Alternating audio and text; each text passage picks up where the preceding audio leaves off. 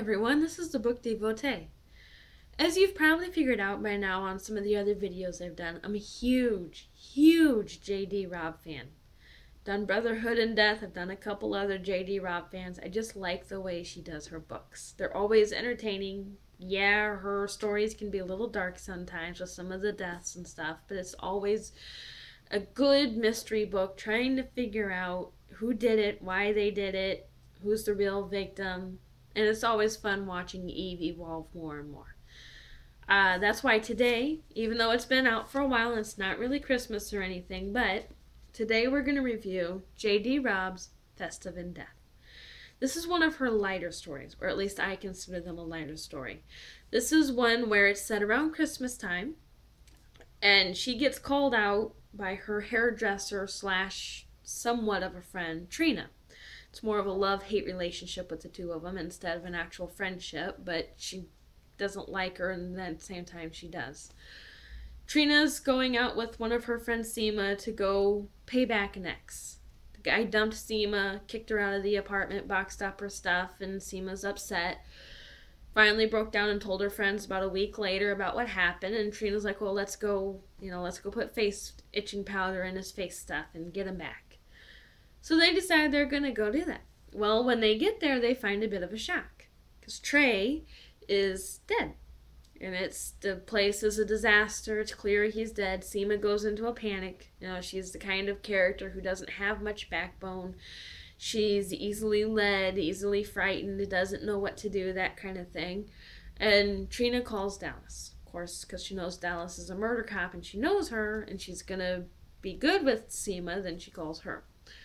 So Dallas gets there and starts looking at what's going on.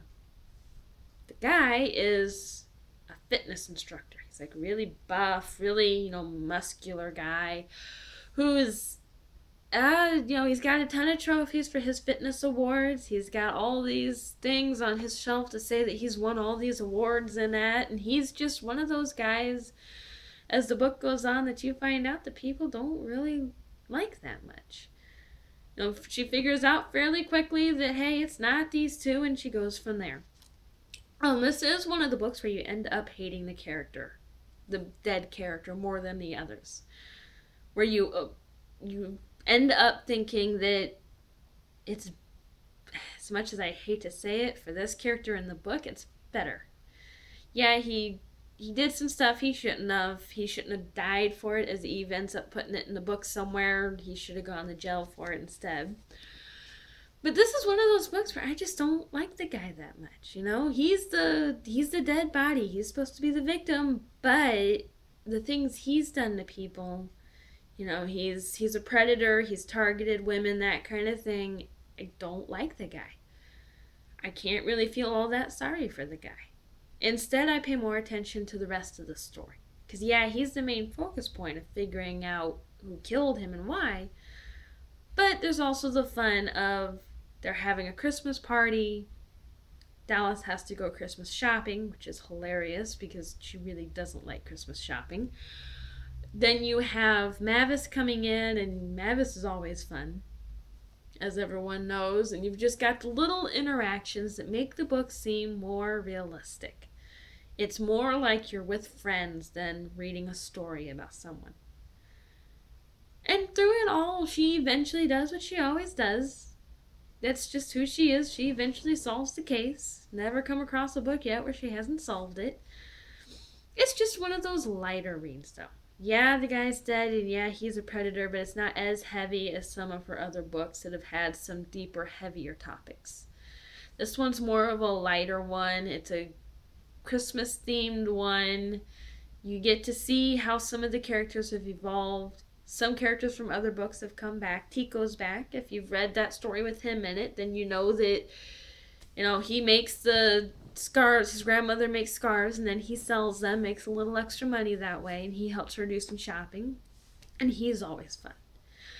She brings back some of our more loved characters, and she brings in some new ones. You end up feeling sorry for some, understanding others, and overall you just have a little fun with it. This is a book where halfway through it, I at least have semi-figured out who I think did it. I'm rereading it for like the 10th time, but it's been a while since I've read it, so it's all new for me. But I am at the point where I feel like I've got the idea of who did it. I just have a feeling, it being J.D.Robb, that there's gonna be a twist at the end, some unexpected development. And as long as it's been as many other books as I've read in between, I don't remember that twist, which is why I like going back. This is my personal copy. I've had it for a while, so I thought I'd do it today. Just do a video on this and just have a little change in pace. I hope you guys enjoy this book. If you're looking for a good, light-hearted read, you're in more of a Christmas mood, but you still want the investigative murder mystery book, then I highly recommend this book. Maybe this is the first time you've picked up a J.D.Robb book. It's a good book for it. I give it 5 stars, and I highly recommend reading it. If you haven't read it in a while, I recommend rereading it. And if this is your first time reading it, and you've never read the rest of the series, then I do suggest going back and starting with Naked and Death and working your way up. Because then you kind of see Eve at the beginning, and you see the characters as they slowly change into who they become now. But, it's one of those books that, either way, it's a standalone or it's part of a series. That's what I like about her. So, 5 stars. If you've liked this video, then feel free to like my page on Facebook, facebook.com/thebookdevotee, all lowercase.